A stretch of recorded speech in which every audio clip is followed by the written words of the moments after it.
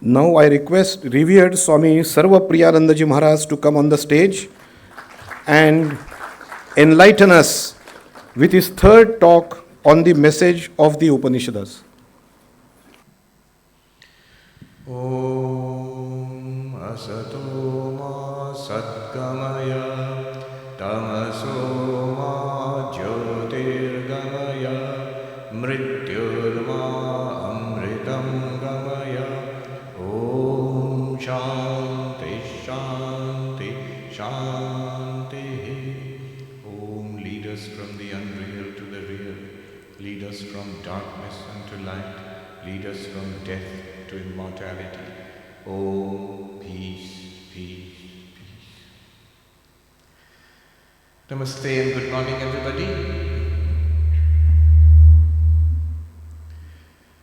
Alright, that was an Omkar. Pranams to revered Swami Srikantananda Ji Maharaj. Some kind of reverberation going on. Other revered Swamijis, devotees, guests, dear friends.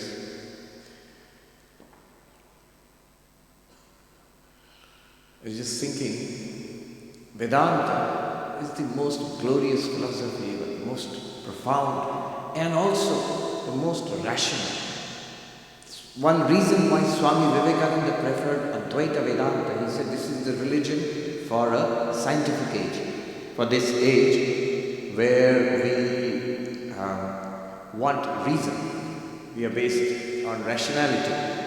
Here is a philosophy and a religion which answers our questions, which stands up to the highest tests of logic and rigor.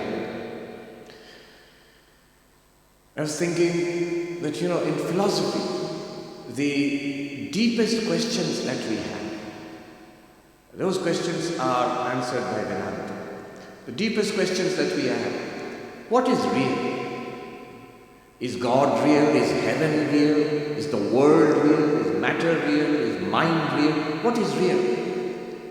So this branch of philosophy which deals with reality, that is called metaphysics. There is a new name, ontology, from the ontos, which means existence. So the study of reality. What is real? Metaphysics. And look at the answer that Vedanta gives to this. Sat, being, existence. The reality of everything depends on Sat. Then, how do you know anything? Whenever we make a claim about reality, God exists or God does not exist, the question arises, how do you know something? And that is what is called epistemology, the study of knowledge. How is knowledge possible? And in Vedanta, look at the answer Vedanta gives. All knowledge is possible because of consciousness. Vedanta calls it Chit. And then the third question is a question of value, meaning, purpose. What is the goal of human life? What can we hope for in life? What can be achieved? What is right and what is wrong? So these are various questions in philosophy. Different branches are there. Ethics and aesthetics. They are all clubbed together under a new term, axiology, the study of values. It's not a well-known term. Sometimes philosophers themselves don't know this term. Axiology, it's a convenient term.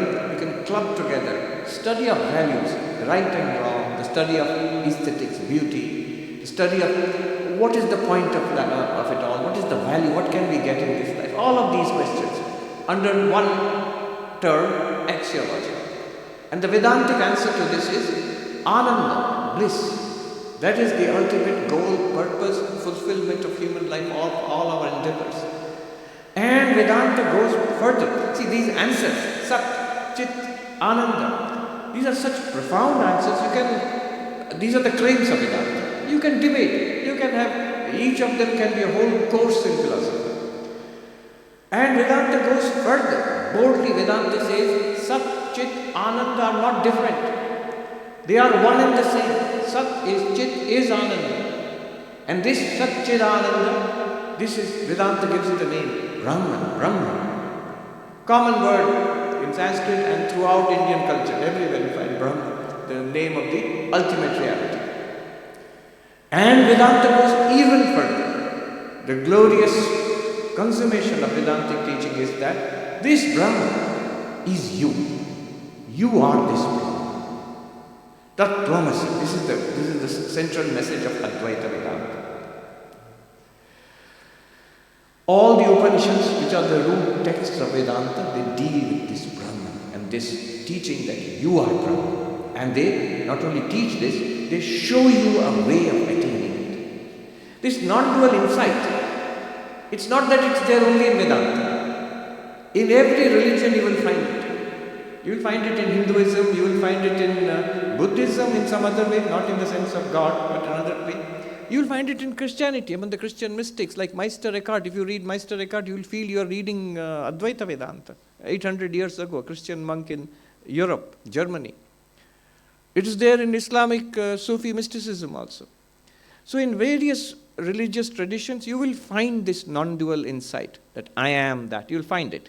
However, the uniqueness of Vedanta, uniqueness of Advaita Vedanta lies in this. First, Swami Vivekananda says, the Hindus can claim to be the first to have discovered it long ago, when the other religions were not even born. This was already well known in the Vedas, in Vedanta.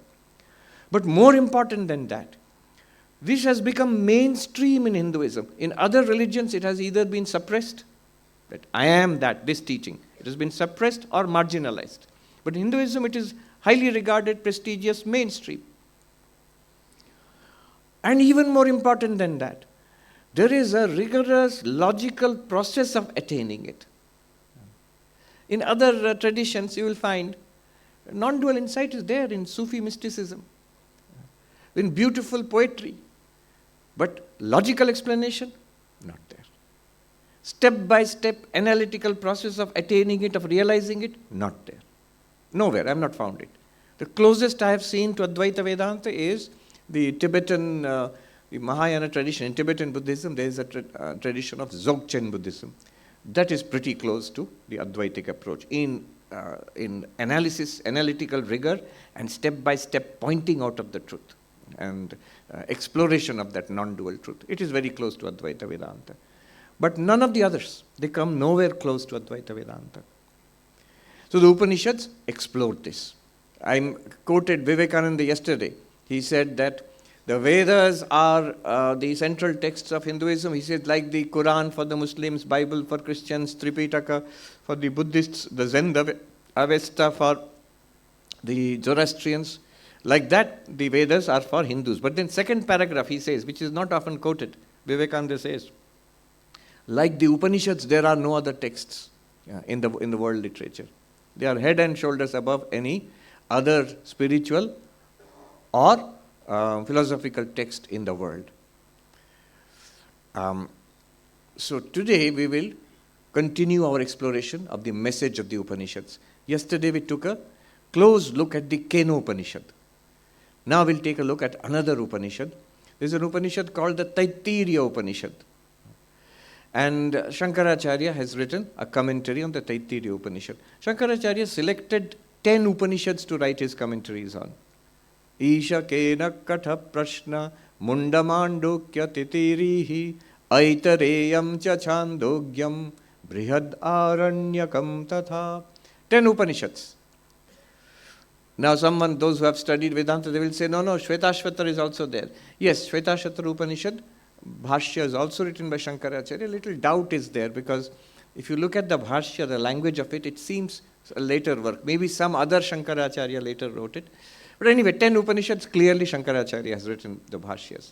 And that's why these 10 are called major Upanishads. Actually, there is no major or minor, but we have made the categorization major Upanishads because Adi Shankaracharya selected. Among them, Taitteriya Upanishad is the one which he selected first. He wrote his Bhashya on Taitteriya Upanishad first. And it's a very profound Bhashya. Taitteriya Upanishad has 3 chapters. The Sikshavalli and the Anandavalli and the Bhriguvalli. But chapter 2 is what we will focus on. And not only chapter 2, only one paragraph of that we will focus on this morning and afternoon. In chapter 2, which is called Brahmavalli, Brahmanandavalli, Anandavalli, various names are given. in chapter 2 of the Taitteriya Upanishad. It begins with a short sentence. And this sentence, I think, encapsulates the entirety of Vedanta. Brahma vidapnoti param. Brahma vid apnoti param. Just a short sentence. 3 words. What does it mean? The knower of Brahman attains the highest. The knower of Brahman attains the highest. This is the central goal of and central theme of Vedanta. All of Vedanta is contained in these 3 words, in this short sentence. What is the goal? What is the ultimate reality? Brahman. We just discussed it, Satchidananda. Brahman is the highest. That is the goal. And what do you have to do? Brahmavit. You have to know Brahman. You have to realize Brahman. You have to see or attain, whatever language you use. So, knowledge of Brahman is the method. And what is the prize? What is the result? What will we get out of this entire project? It just says mysteriously, attains the highest. Brahmavid apnoti param. Brahmavid, the knower of Brahman, attains the highest. So the goal is mentioned here. The method is mentioned here. The result is mentioned here. Brahman is the goal. The method is knowledge. And the result is attainment of the highest. But of course, we have our question. Immediately questions will come. Our question should come. What are the questions? 1. What do you mean by Brahman? It's a word we have heard, but what precisely does it mean? So can you define it? Can you show me what is that Brahman? That's 1. Second question is knowing Brahman. How do you know Brahman? What is the method? Can you show me the method of knowing Brahman so that I also can know Brahman? And third, important, the result, you says attain the highest. What is this highest? I must know what the result is before I start on this path. And so these 3 questions, it should come to us. And amazingly, in that first passage of the Taitteriya Upanishad, these 3 questions are answered. I mean, it's amazing to see how that passage is so systematically organized. Here is the statement. The whole theme is mentioned here. The knower of Brahman attains the highest. Immediately we think, what is Brahman? How do you know Brahman? And what is the highest? The next 3 sentences will answer that. What is Brahman? How do you know Brahman? And what is the highest? Extremely logical. Tadeshabhyukta satyam jnanam anantam brahma yo veda nihitam guhayam parame vyoman so ashnute sarvan kaman sah brahmana vipaschiteti. This is the first paragraph only. What is Brahman? First question. Knower of Brahman attains the highest, so what is this Brahman? Tadeshabhyukta, thus it is said. It's a quotation. From where it is a quotation, we don't know, but it is said. Satyam jnanam anantam brahma. Brahman is infinite existence and knowledge. Infinite existence, consciousness. Put it this way. Satyam jnanam anantam brahma. Satyam, existence, reality, truth. Jnanam, knowledge, consciousness, awareness. We are using English words indiscriminately because no English word will actually fit. Anantam, no limit, infinite. So, reality, consciousness, infinity is Brahman. Satyam jnanam anantam brahma. The most elegant definition of the ultimate reality that I have ever read in any literature of the world. Elegant, to the point, extraordinarily profound. You can unpack it. Yesterday I was saying the skill of a teacher is to unpack the ocean from a drop and to condense the ocean into a drop. Sagar ko bindu mein dal do, bindu se sagar nikal lo. That is the power of Vedanta. So here is a drop. Satyam jnanam anantam brahma. The drop is Brahman. You expand it further. Satyam jnanam anantam. What is this Satyam Jnanam Anantam? We will expand it today. We will see. We will explore this. How do you know Brahman? Next question. Yo Veda Nihitam Guhayam Parame Vyoman.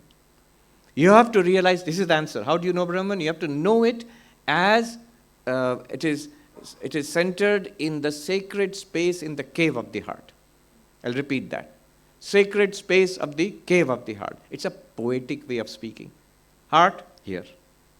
Imagine there is a luminous space in the heart. And Brahman is there. But this is a poetic way of saying what? You are Brahman. What do we say? Who am I? I am, I, here, I. This is Brahman. So this is a way of pointing out you are Brahman. It's a poetic and a mystical way. That is the reason why in all our meditation, we meditate. Where do you meditate upon the Ishta Devata? In the heart. In the sacred space of the cave of the heart. You visualize the heart lotus, and on that you visualize the deity we meditate upon. But that all this is a technology which has come from Yo Veda Nihitam Guhayam Parame Vyoman. From the Upanishadic teaching that the ultimate reality, God, Brahman, is centered in your heart, in the sacred space of the heart. All right. What else? Third question was, what do I get? What is the result of this?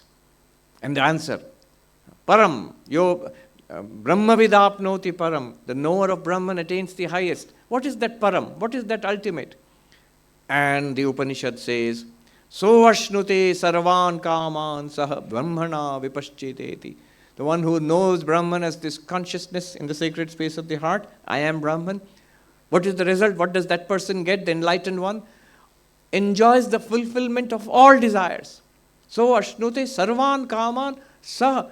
Along with the enlightenment comes the fulfillment of all desires. You enjoy everything. Not in the sense that Amazon Prime will deliver everything to your doorstep.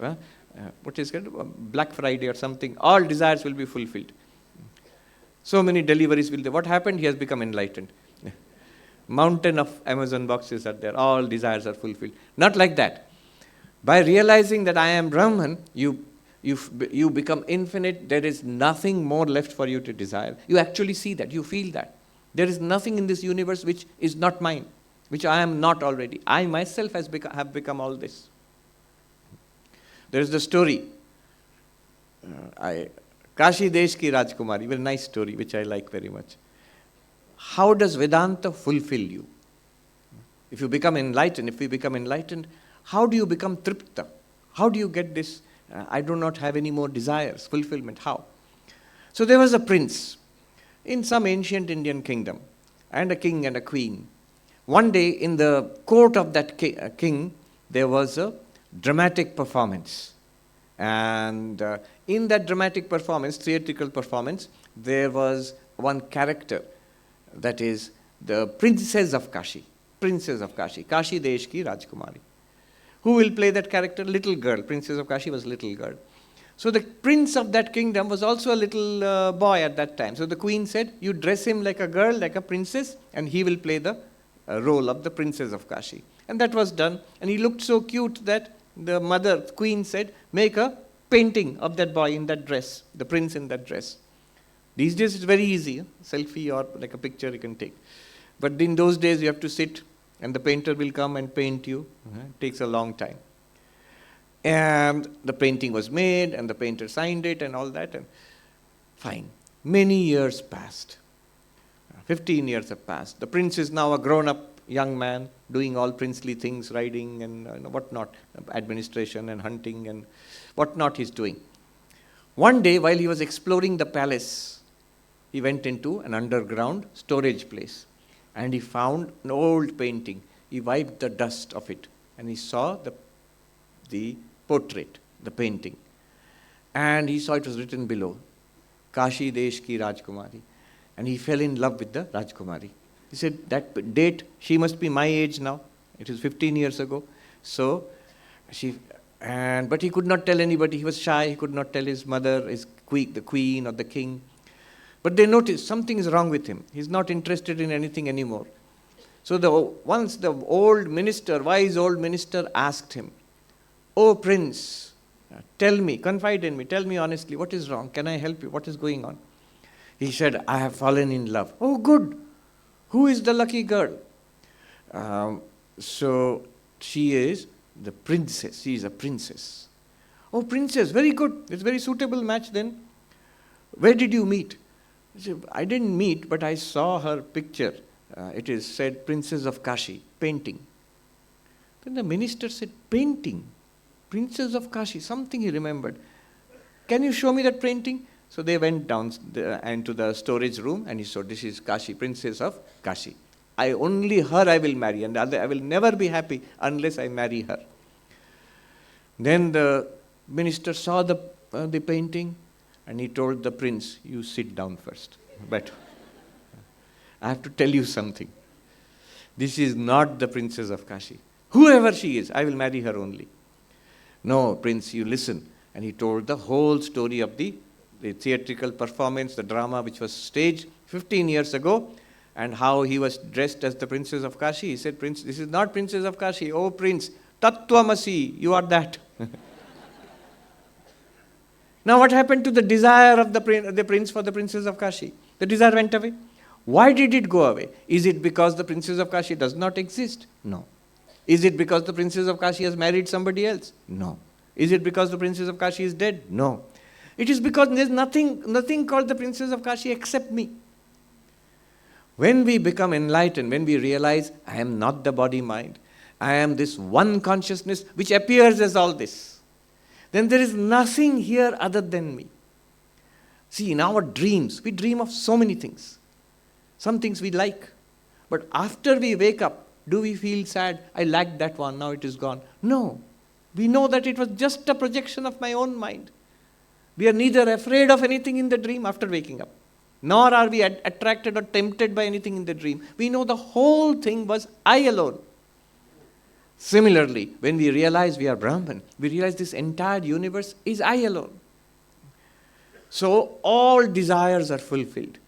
Tripto bhavati. Tripto bhavati. One becomes fully contented. There is nothing here that pulls the mind of an enlightened yogi, a jnani. So ashnute sarvan kaman. The moment you realize aham brahmasmi, it's done. Now we will focus. We'll go back now and explore, expand the drop into the ocean. Look at the definition. I gave a talk once. Definition of God. What is the definition of God? Satyam Jnanam Anantam Brahma. Then one day, this was in Calcutta. One day I was going in a street in Calcutta. I saw one sign written, quotation from some wise person. God defined is no God. It is true. Keep it in mind. You will notice the definition. We will explore it now. But you will also notice that it's also not a definition. Definition in the sense of limitation. It's not that. Criticism of defining God. God defined is no God. You listen to the definition, you will see what a wonderful, elegant definition it is. Also, why this criticism cannot be applied to this definition. We will see. So, what is the definition? This is called the Swarupa Lakshana. The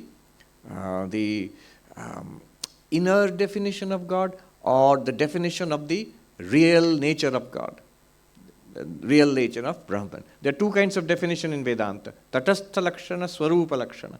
Tatastha Lakshana means the incidental definition, indirect definition. What is the indirect definition? You will find in Upanishads itself, Taitteriya Upanishad itself you will find. In Brahma Sutras you will find Janmadhyasya Yataha. The Brahma Sutra starts with that Athato Brahma Jigyasa, hence therefore inquiry into Brahman. You want to inquire into Brahman. What is this Brahman? Definition of Brahman, next sutra, second sutra. Janmadhyasya Yataha Asya Jagata Janmasthiti Bhanga Yasma Tad Brahma. What is Brahman? That from which this entire universe has come, in which the entire universe exists, into which the entire universe will dissolve or be withdrawn again. Srishti Sthiti Laya, the ground of that, the source of that is called Brahman. But that is not the real definition of Brahman. That is called the Tatastha Lakshana, incidental definition. That also we'll see why. It is like you want to show your house to your friend. This is a classical Sanskrit way of showing what is Tatastha Lakshana. We want to show your house to your friend, and he says, you tell him, look at those apartments. They all look alike. Look at those apartments. My house is the one on top of which the crow is sitting. Now the crow is not part of the apartment. It is incidentally at that moment it is sitting there. That is not really a description, but it works. It works because your friend will immediately identify, oh, I see that one. If crows are sitting on all of them, then no, it will not work. But if it's sitting on one only, it will work. And the crow may fly away. It will fly away after some time. Before that also it was not sitting. It's not really essential to the nature of the apartment. But it's a way of pointing out the apartment. So it is called tatastha, incidental or accidental definition, or definition by an accidental or incidental feature. But what is the real definition of Brahman? This crow sitting on apartment is like that. Brahman being defined as from that which the universe arises, in which the universe exists, into which the universe disappears. It's not the real definition of Brahman. What is the essential definition? Swarupa Lakshana. Satyam Jnanam Anantam Brahma. What it is in reality. Not the crow. That it is infinite existence consciousness. All right. We will try to understand this. We will dive deep into it now. Infinite existence consciousness. So take the word Brahman. The word Brahman means vast, limitless. Vachaspati Mishra, in his commentary, Bhamati writes, Brihatvat, Bringhadhatvat, Atma Brahma iti giyate. Because of vastness, because it expands without limit, Atman is said to be Brahman. So Brahman is that which expands without limit, that which is vast. When you say vast or big, for example, if I say big, you ask big what? Big auditorium. So you understand, okay, it means this. Big house, big elephant, big country, big. You add something to it, then you get the meaning of it. But if you just say big, if you just say vast what? I will not say. Just vast. It means infinite, limitless, which is vast without any limit. So Brahman, the word Brahman literally means vast. There are many such words. Yesterday I was saying Vedanta has many such words. All of them indicate that ultimate reality. Brahman. Bhuma, Chandogya Upanishad says, Yo vai bhuma tat sukham, nalpe sukham asti. That which is the vast, that alone is happiness. There is no happiness in anything smaller than that. That is another insight into human psychology from Vedanta. We will never be satisfied on anything short of the infinite. On anything on this side of the infinite, we will not stop. That is the story of the Matsya Avatar. It was in a little pot, the fish was there, then it became bigger, you had to put it in jar, then it became bigger, you put it in a lake, then it became bigger, you put it in a river, it became bigger, you put it in the ocean. We are like that. We will never stop until we reach the infinite. And that is Brahman, the vast. Bhuma, yo vai bhuma tat sukham. That which is the vast, that alone is happiness. We will reach the vast and we have to become the vast. We have to realize, I am infinite. I am limitless. Then only peace will be there. Another name for that is Anantam, limitless. You see the word is there now. Anantam, we will discuss that. Purnam, another word. Vishnu, another word. So, here you have Brahma. Brahman means the vast. Brahmana, not Brahma. Just opposite meanings. Brahma means error. In the Himalayas, I used to go for bhiksha with sadhus. At that time, I would meet different sadhus from different orders, wandering monks. So one day we were having bhiksha in Gangotri, and one sadhu was sitting next to me. So I asked him, Aapka kya naam hai? What's your name? Sadhus, you have to ask. From the name itself, you can find out which order they belong to. So I asked him, what's your name? He said, Brahmdev. I said, Brahmdev, you mean Brahmadev, right? Brahmadev. He said, why, Brahmadev? Brahmadev and Brahmadev are both different. Brahma is the limitless. Satyam Jnanam Anantam Brahma. Brahma is error, mistake. Anyway, what is Brahman? Now you see how logically this expands.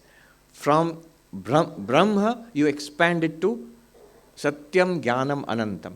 So if analytically one must proceed, it's like a mathematical proof. We have all done this in our childhood, in school and in college, step by step. Step 1, take up Brahma. From that, what did we get? Vast, limitless. Now look at the word just before Brahma, Anantam. It means limitless. Now we must explore that Anantam. What does Anantam mean? Anta, limit. Anantam, no limit. What is Anta in philosophy? In Indian philosophy, what is anta? Limit. There are three kinds of limits. I mean, it's so elegant, it will flow like a logical proof. There are three kinds of limits. One limit is called desha, desha paricheda, being limited in space. Paricheda, cut off, limited. What is limited in space? Every entity, every physical entity in this world is limited in physical space. So this is space. And every entity here occupies a certain amount of space, so it is located. This chair is here, it is not there. That chair is there, it is not here. The location in space. This body, it begins there and it ends here. Beyond this, the body is not there. Beyond the fingertips, the body is not. Up to anakagrat, up to the tips of my nails, I am this body. But beyond that, it's not there. So the limitation, Pune is limited in space. And then India is limited in space. And in Asia, the entire world is also limited in space. Beyond that, Earth is not there. Its solar system is limited in space. So every entity, starting with the minutest atom to a galaxy, they're all limited in space. This located in space, limited in space, this is called desha paricheda. Desha paricheda. Suppose something does not have desha paricheda. What did we say? Anantam. What is anta? Desha paricheda. Number one, limitation in space. Anantam, no limitation in space. So if something has no limitation in space, what will happen? It will be all-pervading. There will be no space where it is not. Brahman is said to be anantam. Therefore, desha paricheda shunyam. Devoid of desha paricheda rahita. Devoid of limitation in space. So Brahman, whatever it is, it has to be everywhere. It has to be here, there and everywhere. There should be no space, no location in the universe where Brahman is not. And I mentioned physical space. Why physical space? Expand it to all kinds of space. Virtual space, mathematical space, conceptual space, fictional space. All of that, Brahman has to be there. So Brahman is that which is not limited in space. Desha paricheda shunya. First result. It's an extraordinary concept. Something which is there everywhere. Second limitation, we are exploring what is anta. Second limitation, time limitation. Everything is limited in time. I'm looking at the time limitation because time limitation is there. Everything is limited in time. Everything has a beginning and an end. Every entity is produced and destroyed. Every entity is born and dies. From a little insect to the stars and galaxies, all have their beginning and their end. This is called time limitation. Before that time, it did not exist. After that time, it will not exist. In Nyaya philosophy, this is called pragabhava, dvamsabhava. These are fancy terms. What does it mean? Prior absence, posterior absence. Prior absence means the absence of an entity before it was produced. Posterior absence means an absence of an entity after it is destroyed. So these are logical ways of analyzing it. Pragabhava is beginningless, but it has an end. Dvamsabhava is, it has a beginning, but it has no end. Do you see? If this bottle, before it was produced, it was absent. How long was it absent? Beginninglessly. The moment it was produced, that absence has ended now. This is a Nayayika way of talking. And one day it will be destroyed. When it is destroyed, then what will happen? It is dhamsa bhava, the posterior absence. Absence of the bottle will start. Posterior absence of the bottle will start. How long will it last? Endlessly, for infinite time. But it has a beginning. What is the beginning? The moment of destruction of this bottle. So, prior absence, posterior absence. Pragabhava, dhamsabhava. But this is the Nayayikas having fun, the Nyaya philosophers, but we are not going to go there. What this simply means is there is limitation in time. Birth and death. In between our life. So if you go to America, there are Christian graveyards. If you go there, you will find the tombstones. In the tombstones, you will find born, so and so, date. Then dead. so and so date. And in between, dash. So one Swami joked that what is life? It is a dash from birth to death. From the womb to the tomb. It is the dash between that, from womb to the tomb. This is called time limitation. In Sanskrit, kala paricheda, limited in time, beginning and end. But now Brahman, it is saying anantam, no limitation in time. No limitation in time. If something has a limitation in time, beginning and end, birth and death, womb to tomb, production and destruction. But if something has no time limitation, then what will happen? It has no beginning and it has no end. Therefore, it is present all the time. In Sanskrit, nityam. In English, eternal. Brahman is eternal. Brahman is nityam. Why? Because it has no kala paricheda. Because it has no anta, end in time. So Brahman is eternal.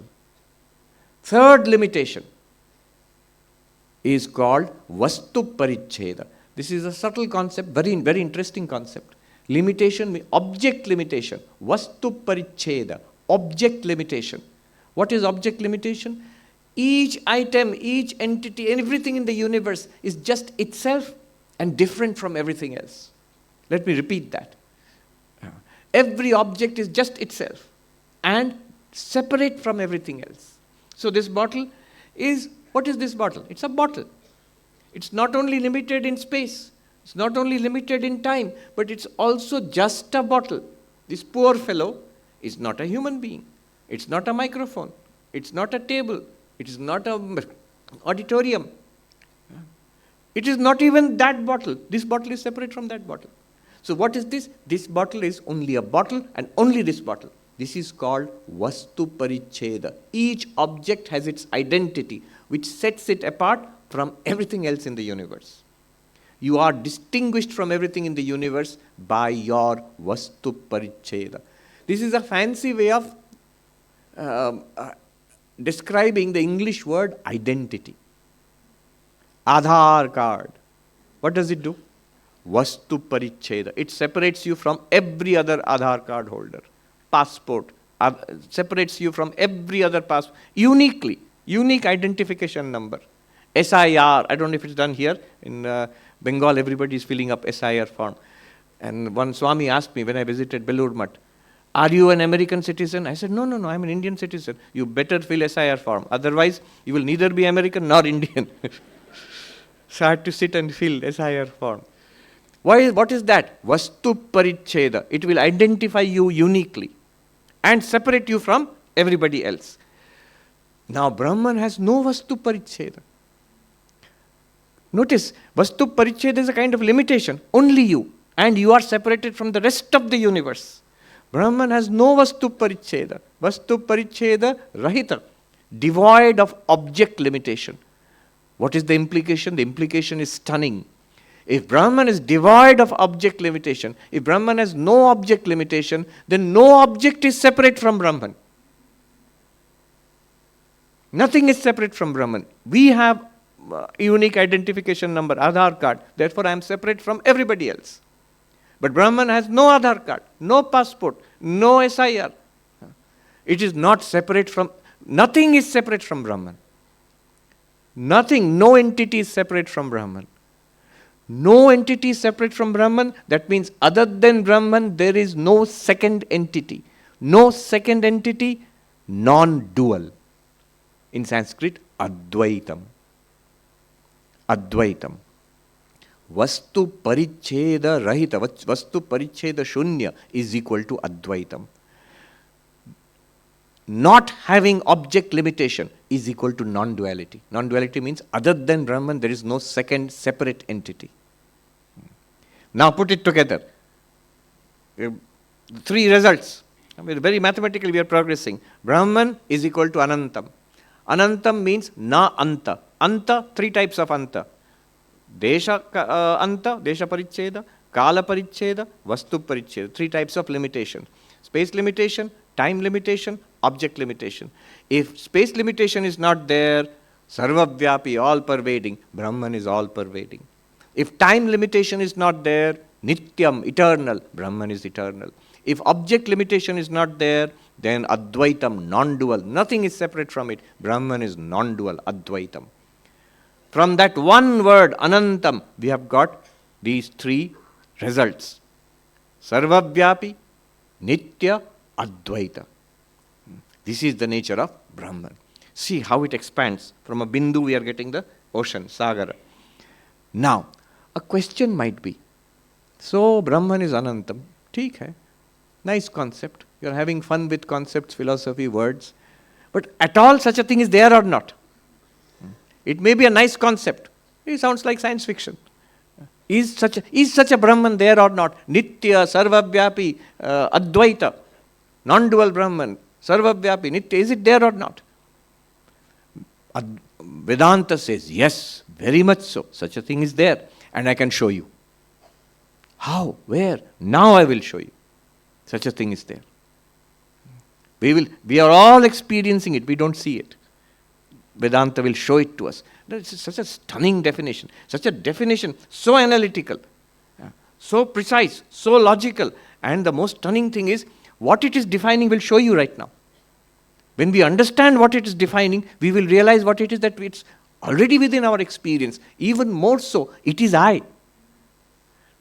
It's a revolutionary definition. The definition itself can give you enlightenment. If we really understand, समझ के साधन करना पड़ेगा. No. If you really deeply understand what has been said, done.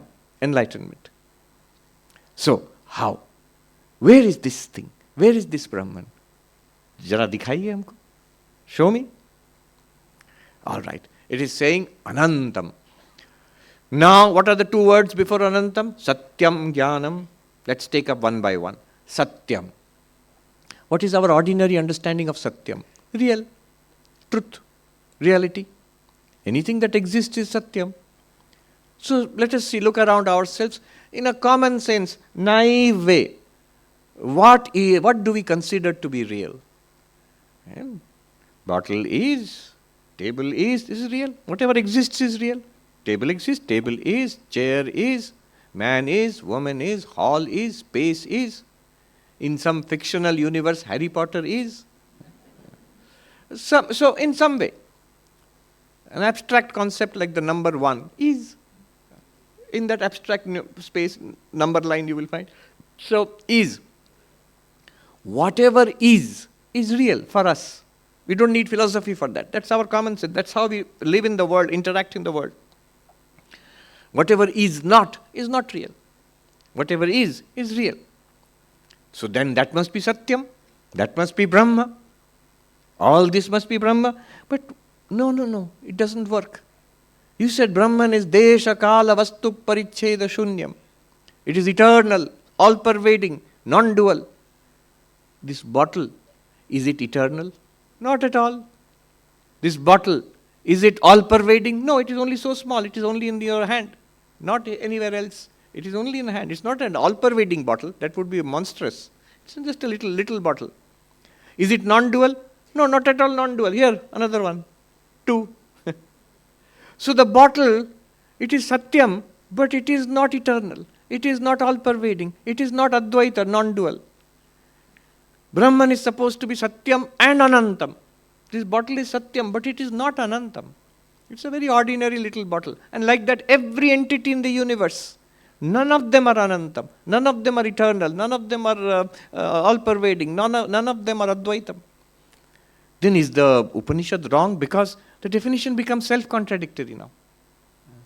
You are saying Brahman is Anantam, then you are saying Satyam is Brahma, Satyam Brahma, Jnanam Brahma, Anantam Brahma. Satyam is Brahma, this is Satyam. But how is it Brahma? It's not Brahman, it's not Anantam. Then what? Now we are stuck. Now comes little bit of language. In Vedanta we have something called Lakshyartha, implied meaning. Mukhyartha, Lakshyartha. Mukhyartha means direct meaning. A word has a direct meaning, which you find in the dictionary. If you open the dictionary, you will find a meaning. Implied meaning, when the direct meaning does not work, then you take the implied meaning. And it's very, very common use. We all do it all the time. I purchased a mango. Good. I ate the mango. All right. But notice, you have shifted the meaning of the mango. When you said, I purchased the mango, whole mango. When you said, I ate the mango, I ate only the flesh of the mango. The eatable portion, the edible portion. I left out the skin. I left out the big seed in the middle. I didn't eat those things. But what did I say? I purchased the mango, I ate the mango. So, the mango you purchased is the whole fruit. But the mango you ate is only part of it. Same word you are using, mango, mango. But in the second case, you are meaning only a part of the whole mango. This is called implied meaning. I took a bath in Ganga is a river that flows from Gangotri to Bay of Bengal. Okay. I took a bath in Ganga. Did you flow from Bay of Bengal, Gangotri to Bay of Bengal? Did you take a bath? No. In front of our monastery in Belur Mutt, in the ghat there, bathing ghat, and they went and took one dip in it. That is my bath in the Ganga. So in one tiny portion of the Ganga you took a bath. But you are saying I took Ganga bath. It is a implied meaning. Only part of the whole river you are saying it is Ganga. Fine, there's no problem. That's how we use language. Language is very common use of language. So sometimes we use the mukhyartha, the primary meaning, main meaning, dictionary meaning. Sometimes we use a special meaning which is suitable for our use, which we want to say. Vivaksha, what we want to express. When we say I took a bath in Ganga, part of the Ganga. I ate the mango, part of the mango. Now, what is our problem? Satyam Jnanam Anantam Brahma. Brahma is Anantam. Desha Kala Vastu Paricheda Shunya. Infinite, which means without space limitation, all pervading, without time limitation, eternal, without any object limitation, non-dual. And it is Satyam. Bottle is also Satyam. But it has none of those Anantam characteristics. Now I have to find one meaning for Satyam which is Anantam. It has to be real but also Anantam. What is that? When we look around, once again look at what we said. Bottle is, table is, chair is, man is, woman is, space is, number is, whatever is. Instead of looking at the objects, just look at the is part of it. What is this is? Existence. Existence. Everywhere in all of these, bottle, table, man, woman, number, you find existence. Is. And this is, notice one thing. This existence, is it there everywhere? Of course. Empty space is. If it was not existing, the empty space also would disappear. There would be no space there.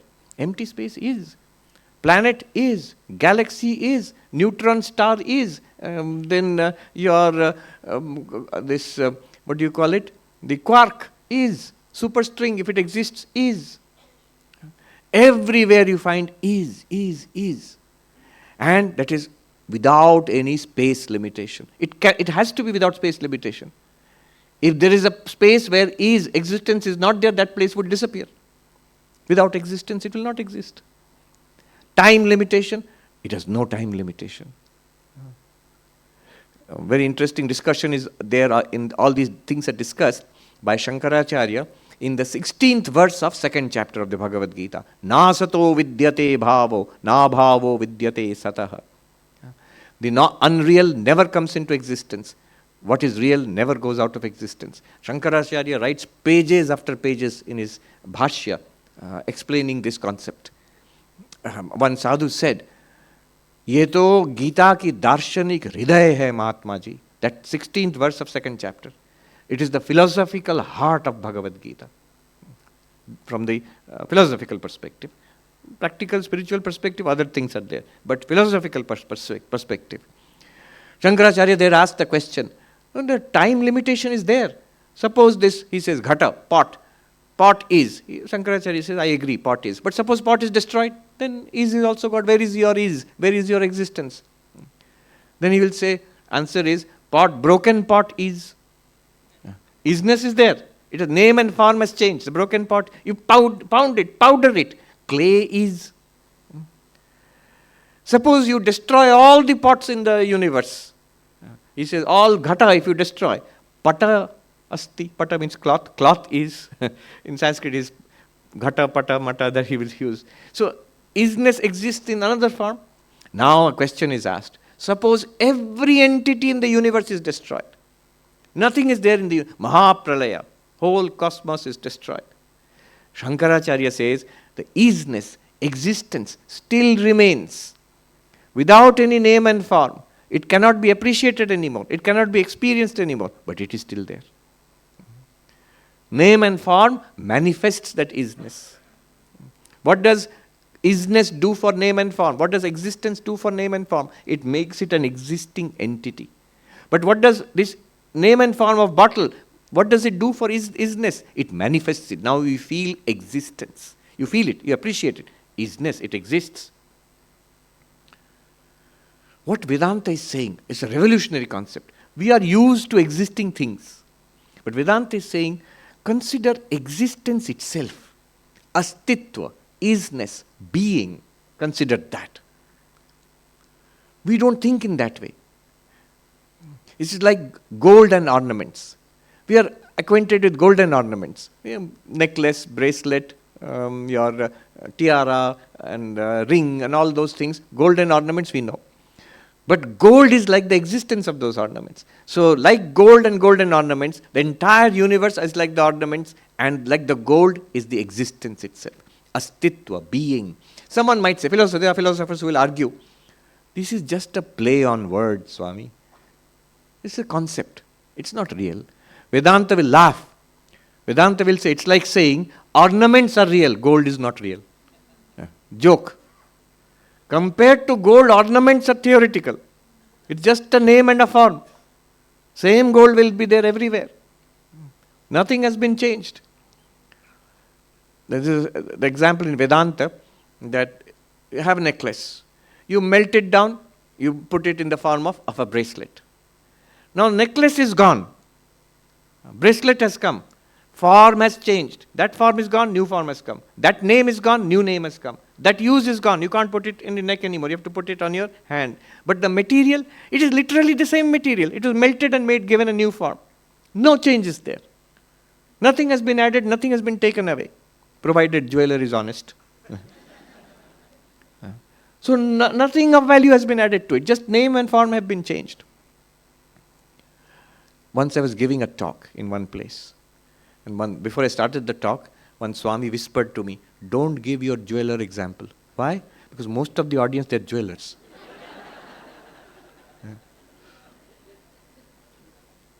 You're saying, aap to hamara dhanda bigad rahe ho, Swamiji.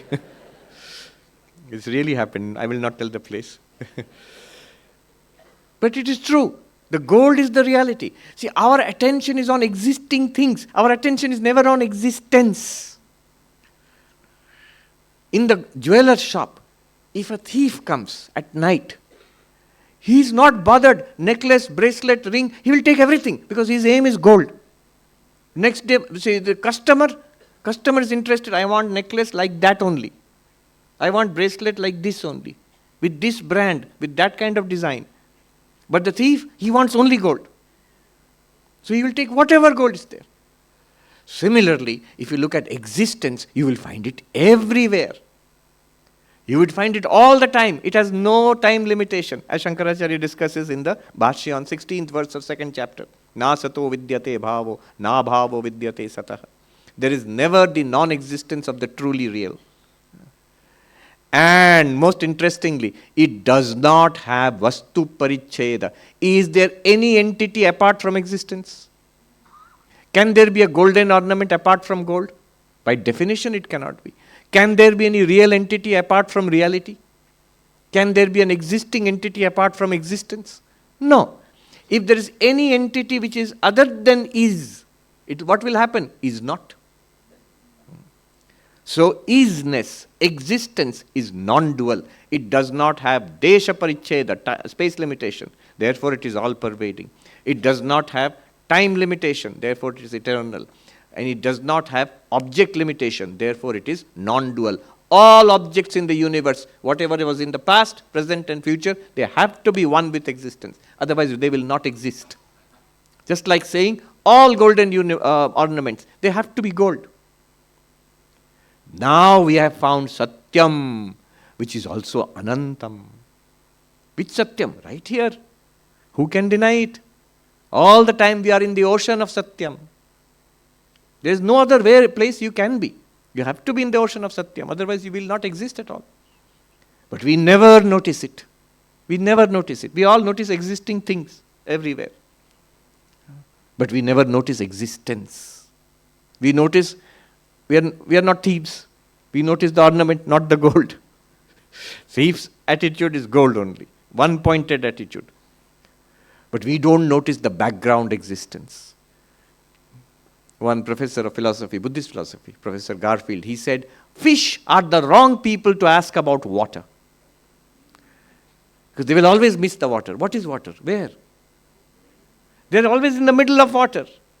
Water outside, water above, water below, water on the sides, water inside also.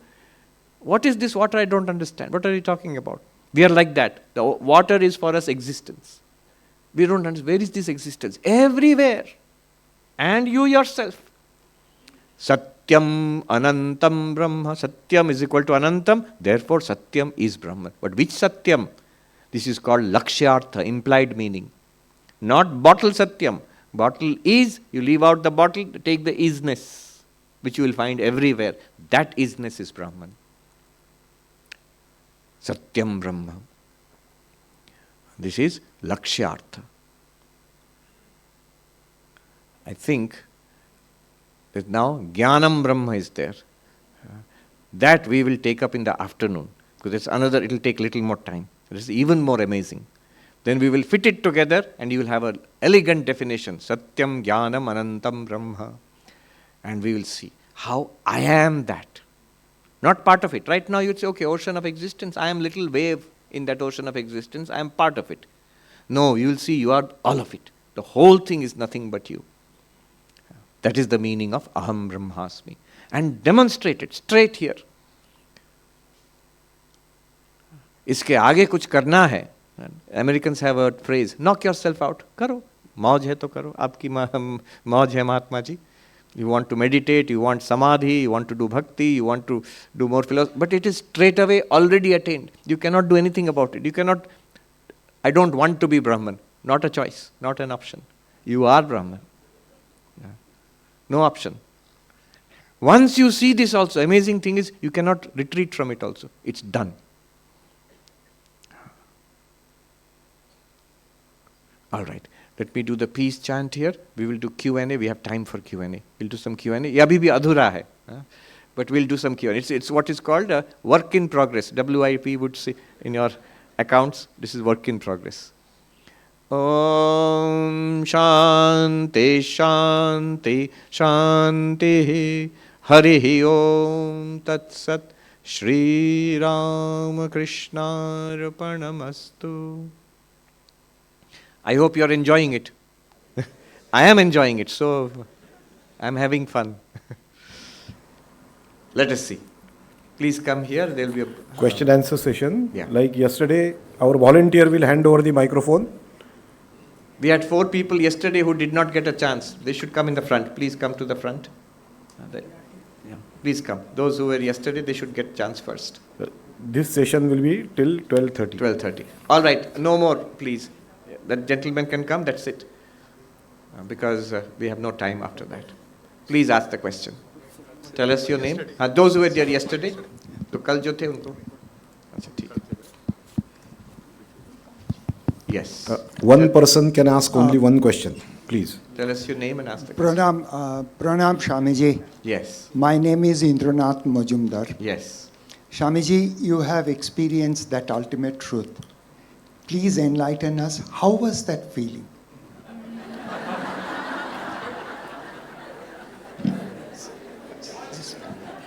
He's saying you have experienced that ultimate truth. Please enlighten us. How does it feel? I don't have to enlighten you. There are so many accounts of that. So many accounts of that. Bhagavad Gita itself, Arjuna asks this question. How does it feel to be enlightened? Sthita pragyasya ka bhasha samadhistasya keshava sthitadhi kim prabhasheta kimasita vrajeta kim. So when the enlightened one, fully enlightened one, the sage of stabilized wisdom, When that person walks, talks, sits, meditates, how is it? How does it feel? He's asking Krishna, you tell me. How, when it interacts with other beings, how does he react to life? How is it different from us? You read all that? It is not personal. It's not personal. It doesn't matter how I feel. It is true, it can be done, it can be realized. I met one Swami, same question I asked to one Swami, who I felt was an enlightened one, Nirmuktanandaji, Upen Maharaj. He was a disciple of Mahapurush Maharaj, Swami Shivananda. When I asked him, he was nearly 100 years old. So in Belur Mutt, Swami Ranganathanji in front of us itself. Swami Ranganathanji had blessed him in front of all the monks. So he is an old Swami. Swami Ranganathanji is also disciple of Swami Shivananda. This old Swami Upen Maharaj is also disciple of Swami Shivananda. So he bowed down to Ranganathanji and he asked, one day in front of all the monks, I was not there at that time, he asked, what will happen to me? And Swami Ranganathanji said, this is your last life. Straight away. We did not expect such a direct answer. This is your last life. I shall come again. He said, Ranganathanji said, I shall come again. But you don't have to come again. So I asked Swami Nirmuktanandaji. He was sitting in front of Mother's temple, in Mother's temple, facing the Swamiji's temple. And I went and near the Ganga, I bowed down to him and I asked this question. I have heard this story. Please verify. Did he say this to you? I started the first line, that this is your last birth. Immediately completed the next two lines. Ranganathanji said, I will come again, but you don't have to come again.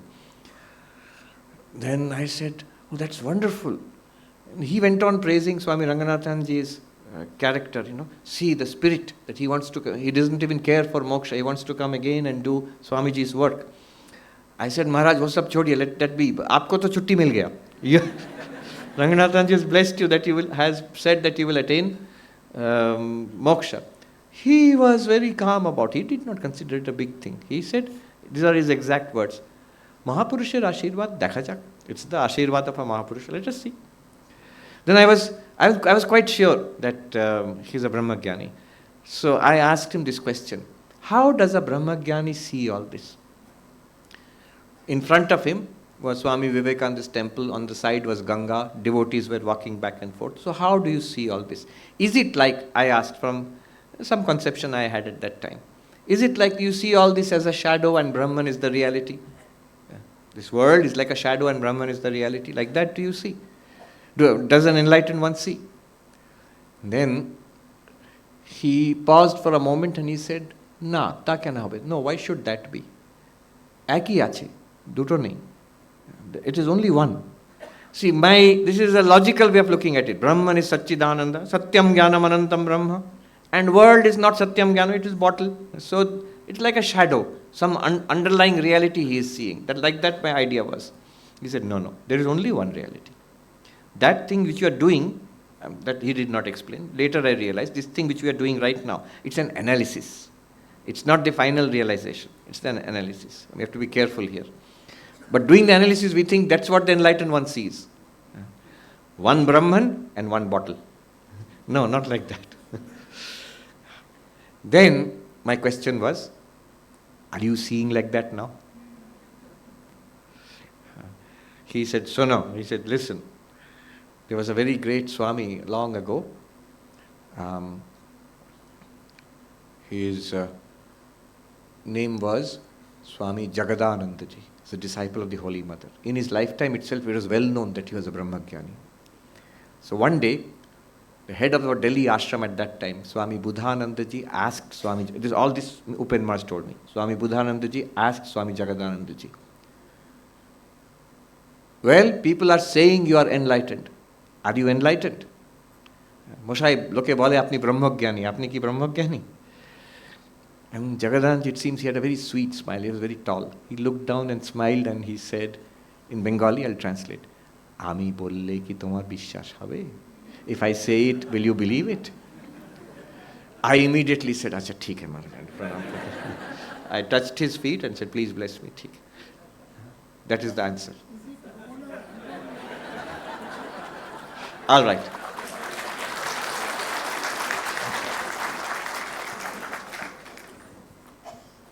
Please tell us your name and ask the question. Pranam Swamiji, my name is Smita Deshpande. I am from Pune itself. You are explaining the concept of pure consciousness since yesterday, and now would you kindly throw some light on the concept of reflected consciousness, that is Chidabhas? Is it different from pure consciousness? How is it different? And how a sadhak should use this concept in his meditation? It will take 1 hour to answer that question. It's a very good technical question, but very good question. So there's this concept of Chidabhasa, reflected consciousness. What do you mean by Chidabhasa? Just the consciousness which we are feeling now. When the doctor says, I've given anesthesia and the patient has become unconscious, it is true. But what consciousness is talking about? He's talking about Chidabhasa.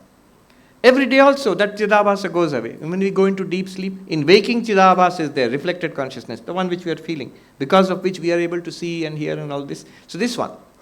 When we go to sleep, dream, still Chidabhasa is there. But when deep sleep, no Chidabhasa. That's why we feel nothing is there. So that's the reflected consciousness. Think of it like sunlight and moonlight.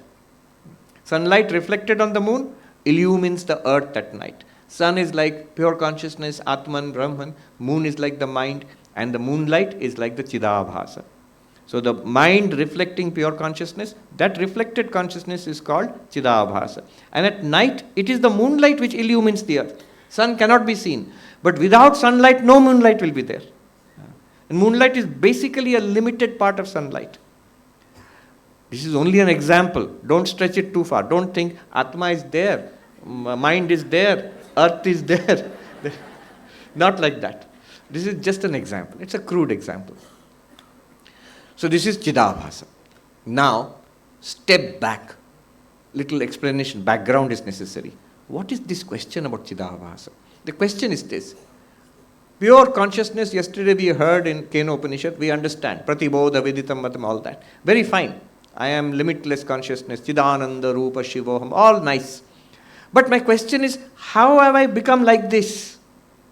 I don't feel, I am conscious, but I don't feel this consciousness is Chidananda, Rupa, Shivoham. I feel I am this fellow. This body, this mind, this personality. So how did that infinite consciousness become the limited consciousness? If you say it is not become, it is appearing only. Okay, how is it appearing? What is the relationship between this limited consciousness and that infinite consciousness? I would like to know the mechanism of this. Then Vedanta has 3 answers, 3 models for this. One is called Avachedavada. Another one is called Pratibimbavada. Third one is called Abhasavada. 3 were developed, patent, intellectual property right. 3, all are from Shankara Bhashya. Shankara supports all of them. But 3 followers developed it. One is Padmapada Acharya, Shankara's favorite disciple. And he developed this model, his school, not he. His tradition of Vedanta is called the Vivarana tradition. That one follows the model of Pratibimbavada, reflection theory. Another great master was there, Bhamati Karadi, Vachaspati Mishra. Vachaspati Mishra, his school follows the Avachedavada, limitation theory. Pratibimbavada, reflection theory. Avachedavada, limitation theory. And finally, Sureshwaracharya, another disciple of Shankaracharya, there is a tradition which comes from him, which is called the Vartika school. So they follow the Abhasavada, Panchadashikara, the Vidyaranya Swami. He follows the Abhasavada, which is false reflection school. Reflection school, limitation school, false reflection school. Who are the persons behind it, or the source of these ideas? Padmapada Acharya, Vachaspati Mishra, and Sureshwaracharya. Now, the one which we are talking about, this Chidabhasa concept, is the Abhasa, is the false reflection school. What are the differences between them? Little difference I will tell you, how you use for sadhana, and then we'll stop, because it's a very good question. What are the differences? What do these schools say? Remember the question, how did that limitless consciousness become this fellow? This consciousness, this limited consciousness. The reflection theory, think of it as the mirror and the face. The mirror and the face. So this is my face, and I put a mirror in front. In the mirror, my face is reflected. If I look at a wall, my face will not be reflected.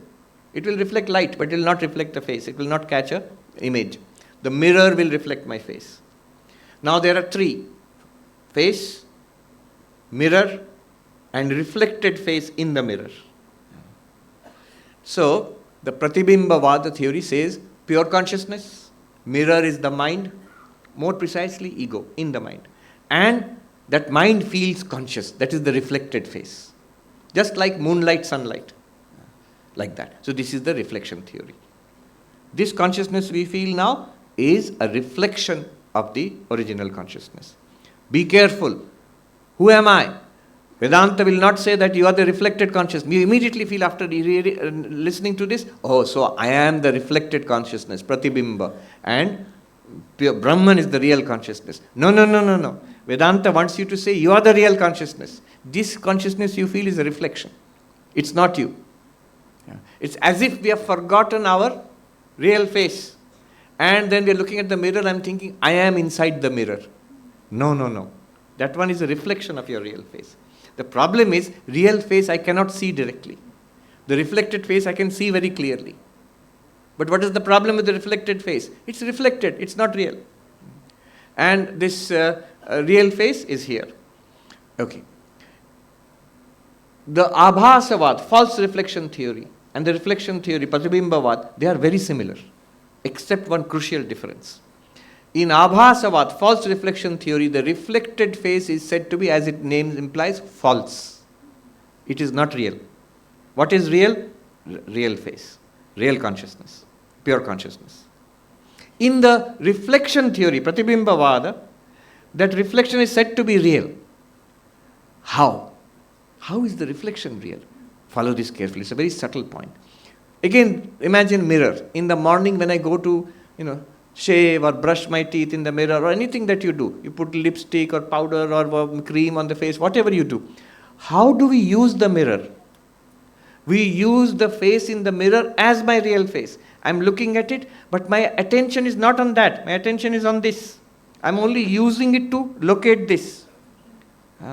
It's not that I'm saying, okay, there is the face, from there I have to go like this.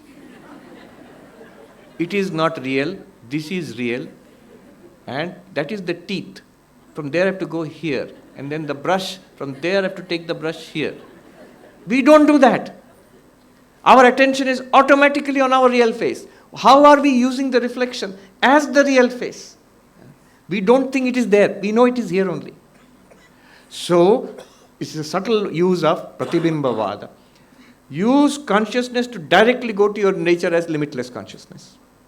This consciousness is nothing but that consciousness. This is Pratibimbavada.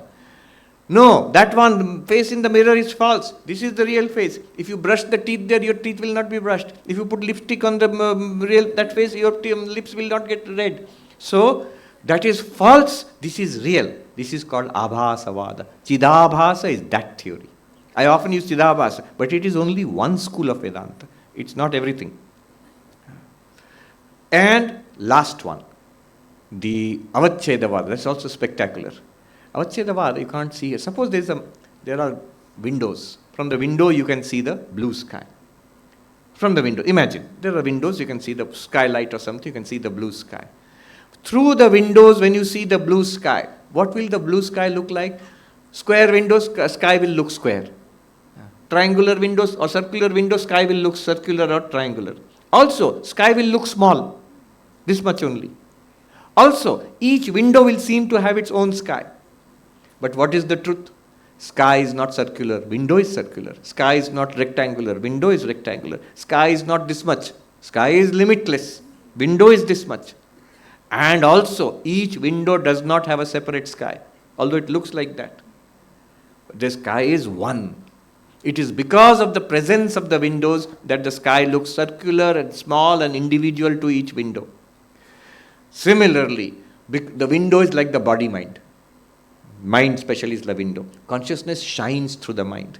The consciousness, the difference between reflection theory and Avachedavada, limitation theory is this. When Follow this. This is the beautiful part of the limitation theory. When I'm looking at the sky through the window, yes, it looks like square sky and limited and small, but the sky which I'm seeing through the window, is it the real sky or not? It is the real sky, not a reflection, false reflection, forget all that. You are directly seeing the sky, except that it looks small but the sky which you are seeing is real. Similarly, Avachedavada says the consciousness which we are experiencing right now is Atman, it is Brahman, it is God itself, except that we are seeing it through the framework of one mind. This is Avachedavada. Yes, thank you.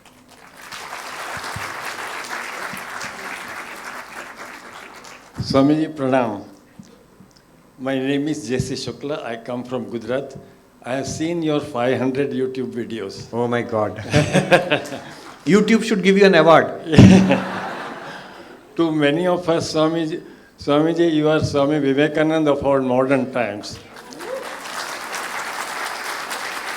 I wish to express my immense gratitude to you for expounding many secrets of Vedanta. Thank you. Before you go on, little joke. What you said, 2 years back I went to our main monastery, Belur Math.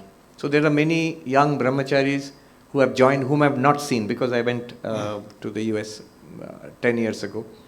So one brahmachari came. He has just become a monk. And a very jolly fellow. And he's speaking in Hindi. He said to me, "Arey, आज मेरा YouTube साधना पूर्ण हुआ, आप प्रकट हो गए." So, आप प्रकट हो गए. So is the case with You me. have appeared from YouTube. Yes, please go on. So is the case with me. My question is, Swami Vivekananda insisted that knowing is not enough. One should practice it and it should manifest in one's daily activities. This implies living in Maya, Prakriti, which is a duality, while applying the understanding of Advaita. It seems to create paradoxes at every step of mundane life. For example, if God only is and everything else is not, then a terrorist is also God. So how should we treat him? Similarly, if Put him in jail. if cancer is also God, we should celebrate it. Yes, with chemotherapy. So the question is, how am I to treat Maya, Jagat, Prakriti? Is it reality? Is it a dream? Is it unreal? Does it not? It doesn't exist, or it's Brahman? My current functional understanding is that I should treat the life as a drama and play my role as best as possible with detachment. Please correct me if I am wrong, Swamiji. Kindly guide. Thank you. Should I live my life as a drama and with detachment play my role? Good. That's one way of doing it. Remember, it is true that everything is Brahman. But depending on the name and form, your vyavahar also will differ. Because our knowledge is centered that I am in this ocean of Brahman, this divine existence. Now in this divine existence, the theatre example also he has given. Some are coming in the mask of a demon. Some Brahman is coming in the mask of a holy person. Brahman is coming in the mask of a sick person. Now our role also will keep changing accordingly. Sri Ramakrishna, he said, the terrorist is coming, how should we treat the terrorist God? So Ramakrishna gives an example. He says that student whose guru taught him all is Narayana. He was very happy. Oh, wonderful teaching. That day he went for begging in the village to get the alms. Then someone shouted, run away, mad elephant is coming. People were running away. He thought, but mad elephant is also Narayana.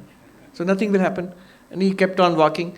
Then the mad elephant came and the mouth on top of the elephant. I said, I cannot control, please run away.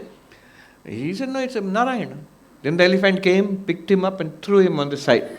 He lost consciousness, and then finally the students from the ashram, they came and took him to the guru. And when he was some water was put on his face, some milk they fed him to revive him.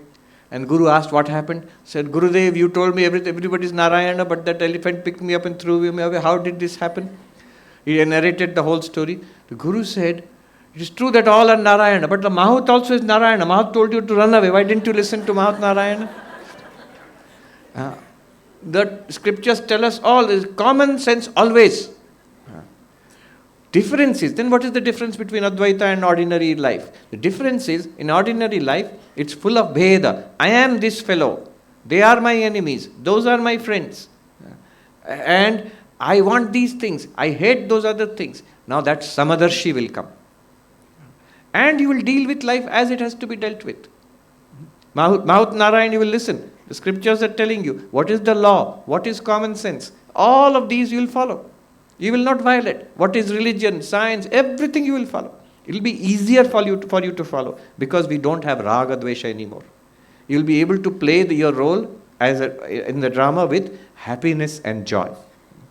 Even while prosecuting and putting the terrorist in jail, you will not have any hatred in your mind. You know, because same Brahman with that Antakarana is behaving in this way, no? The sinner, same Brahman, this Antakarana is behaving that way. Antakarana means mind. Same Brahman with the Antakarana of a saint is behaving in a saintly way. They are ultimately they are same. Someone told me, a young Christian boy in Harvard University, I don't like your Advaita. Why? Because you are saying Hitler and Mother Teresa are same. For the saint, Mother Teresa is saint, now Hitler, demon. How can they be same?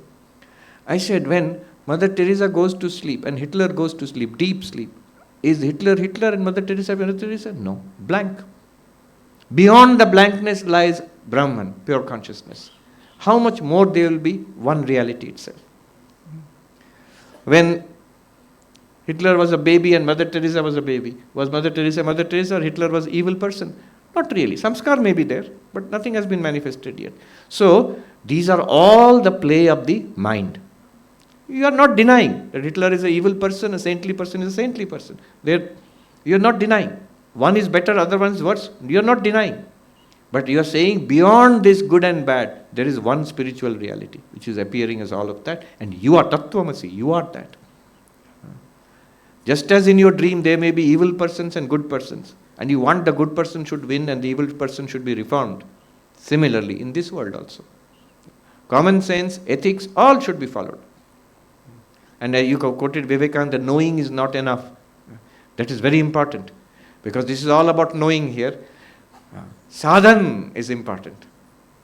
Otherwise, the psychoanalyst Erich Fromm says, insight divorced from practice remains ineffective. Insight divorced from practice remains ineffective.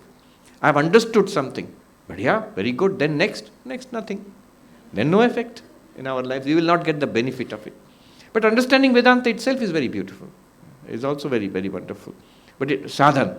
What sadhan? The usual sadhan. Meditation, japa, puja, seva. The usual sadhan that everybody does. The 4 yogas. Jnana, karma, bhakti and dhyana. What we are doing here is jnana yoga. But meditation, devotion, service, all of them will prepare the mind to accept this knowledge and live this knowledge. Yes, thank you. No follow-up, we have no time. Yes. Pranam Swamiji. My name is Bhagyashree Deshpande and my entire family has come from Nagpur. From Nagpur, wonderful. Yeah. I request you to come to Nagpur also. I've been there twice. Okay. Okay, so after listening to you since almost 7 to 8 years now, I feel and understand that the most important subject which is not there in our education system is the self. The universe outside is taught, but the universe inside is not. So my question is, at what age should or can the study of self start? How to decide the syllabus to at least start touching a bit of spirituality? Or is it not for the school children? No. And also, since I run a school myself for the farming community children, and they have not gone beyond their survival challenges, will this benefit or should it be taught? Should they be taught how to gain material progress first? Yes. So what should be So the I'll sequence? start with what you said at the end. Sri Ramakrishna used to say, "Khali pete dharma hai na." You can't have spirituality on an empty stomach. So if I'm starved, or if I'm very poor, and I see this aspirational society before me on internet and everything, I want, then the appeal of spirituality will not be there for me. So, or uneducated. or I'm jobless. So my basic needs need to be met. And we must help people to meet their basic needs. Swami Vivekananda said, a religion which cannot lift a piece of bread to the mouth of a hungry man, which cannot wipe the tears of a widow, but promises heaven after death, I don't care for such a religion. So our spirituality should be practical at that level. That's why this huge seva karya. We're doing Vedanta talk here, but dispensary is right there. A large number of doctors work there, thousands and thousands of patients. From the beginning of the ashram it's going on. Why? Because health, education, nutrition, these are extremely important for spirituality itself, unless that basic thing is satisfied. Now part of the education, it should be taught. You cannot wait until a person is, Silicon Valley engineer, IT whiz, and then I will start spirituality. Too late. It should start from day one. Spiritual teachings, little bit of meditation, moral teaching. A lot of spiritual teachings at one age can be given through stories. Dr. Sarvapriyananda Radhakrishnan, after independence of India, he headed the University Education Commission. I've read the report, 1948, University Education Commission. What should be higher education of independent India? You'll be surprised to know, one whole chapter is there which was not implemented by any government until now. One chapter is, he says, religious and moral education. Detailed syllabus he has given. I'll urge you to look it up. I think it's chapter 8 or something. And he's given nice argument. He knows what is the argument. Secular country, how he can teach religion in college and school in college, university. He says, we are not preaching one particular religion, but the highest values of every religion. We can certainly make a syllabus based on that. The best aspects of every religion. And it should be taught. And in public, openly. I realized this after going to the West. We have a peculiar concept of secularism here where no discussion of religion is permitted. I've been invited to schools and earlier. Now it has changed. But 20 years ago when I used to be invited to schools or colleges, Maharaj, you cannot speak any religion. Okay, why have you invited me? Sannyas, please don't mention any religion. Just talk personality development or concentration or something. Don't mention any religion. No, that should not be so. When I went to the West, I realized what is true secularism. Because these concepts have come from the West and we have changed it to our way of understanding. Religion is openly taught there. First of all, why should you not study religion as a subject? Academic subject. You're not teaching a religion. You're studying a religion. Everywhere. I found Oxford, Cambridge, Harvard, everywhere. There are full department schools to study religion. In America, the Ivy League colleges universities have divinity schools. Whole school for study of religion. They're not teaching, they're not preaching, they're not trying to teach one religion to you and forcing you. No. In general, teach the various aspects of religion academically. And you can even teach religion, but in a broad way, the best aspects of if you have a multi-religious society like India, highest aspects of all the religions. Why not? Dr. Radhakrishna had made a syllabus. First year, second year, third year, what will be taught? In postgraduate level, what will be taught? He included meditation. He included these high ideas from the Upanishads, philosophy.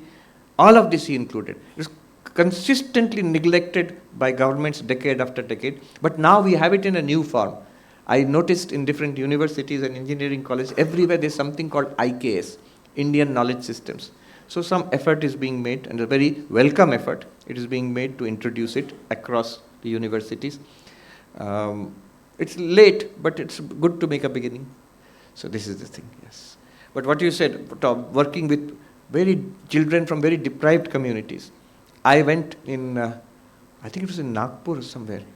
One elderly gentleman was there. His name was Advaniji, an elderly gentleman. Do you know him? No. He was working in a slum. And he took me there with children from very poor families. And there's basic education and nutrition given to the children. About Advaita Vedanta, that Advaniji made a nice comment. I still remember. He said, in our urge to become gods, we forgot to be human. Yes. Subhas Bose, he's saying, Netaji, I was reading his autobiography.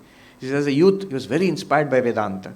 And he's reading about Brahman, Atman, self-realization. Then he saw this old woman outside, starving, abandoned by family, stuttering on a stick outside his home in Cuttack. And he said, something has gone wrong with our society.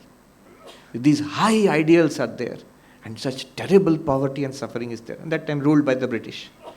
So then he found the connection in Vivekananda, that this highest ideal should also become practical Vedanta, or to be an engine of support, physiological support, educational support, moral support, intellectual support, and spiritual support for the mass of humanity. Thank you. That gentleman, yes. Yes. Pranam Maharaj. Thank you for blessing us with your presence. I'm approaching Upanishad more from a yogic tradition and practices and experience. So say one sits in a quiet, dark room, one closes their eyes. One perceives light, one hears the inner sound. They use the word spandan, so I'm assuming it's the vibration of the prana. So the question is, they talk about bindu, right? So is it the bindu, and then the yogic tradition also talks about the flowing of the nectar. So is it the nectar that they're talking about, is it the sense of tongue? And also all these things, say, so the light and the prana, say one experiences it in the body, but then it rises through the central column. So the first thing would be the experience, the energy. Then the energy, I guess, is concentrating and it's going through the column. Can you narrow it down to a question? Sure. So question is, when they talk about the bindu, is it that the entire, all these experiences also have subsided? And then there's one more question. Kabir talks about Mani in the Hriday and Nabhi Kamal se parakh lena. So is that the experience of Kumbhak that he's talking? That's all. Okay. So you're asking mystical questions. Now the thing is, this is a different path you're talking about. Notice we needn't talk about any of these yesterday and today. So here the Vedanta, the Upanishadic path, is what is called the direct path. Just by our reason and observation, we can discover the truth. However, it may not be possible for most people. Then, that kind of mind, which we can call a yogic mind, that requires what is called chitta vritti nirodha, silencing the mind. See, there are two paradigms. One is, I do not know, hence the truth is hidden from me. Then what do I need to do? I need to know. How will I know? Enquiry, vichara. That is the jnana marga. Another paradigm is, the truth is hidden from me because my mind is restless. Then what is the method? To settle down the mind. And then look inside and watch my actual experiences. Then go deeper and deeper. That also, that focused attention, that is the method of the yogi. The focused intellect and inquiry is the method of the jnani. That is what we were doing till now. What you are saying is, by silencing the mind, the subtler movements of the prana, the subtler movements of the mind and intellect, they become more clear when you try to silence. When you can utterly succeed in silencing the mind, you are separate from the mind, that becomes clear. Same result will be achieved in jnana and in the yoga also. So what you are talking about are the various states of experience which have been observed and codified by the yogis. In Patanjali Yoga, and in Tantra, in Kashmiri Shaivism. So these are that language which you are using, language of Bindu, and the language of Amrita, the language of the chakras, and the Navi Kamal and all. Yes, those are all genuine, but they are all mystical experiences, not on this path. We have run out of time, and I don't want empty stomach, no Vedanta is possible. So I will not stand between you and lunch. We will, the questions we will take up in the afternoon. Yeah. All right, thank you.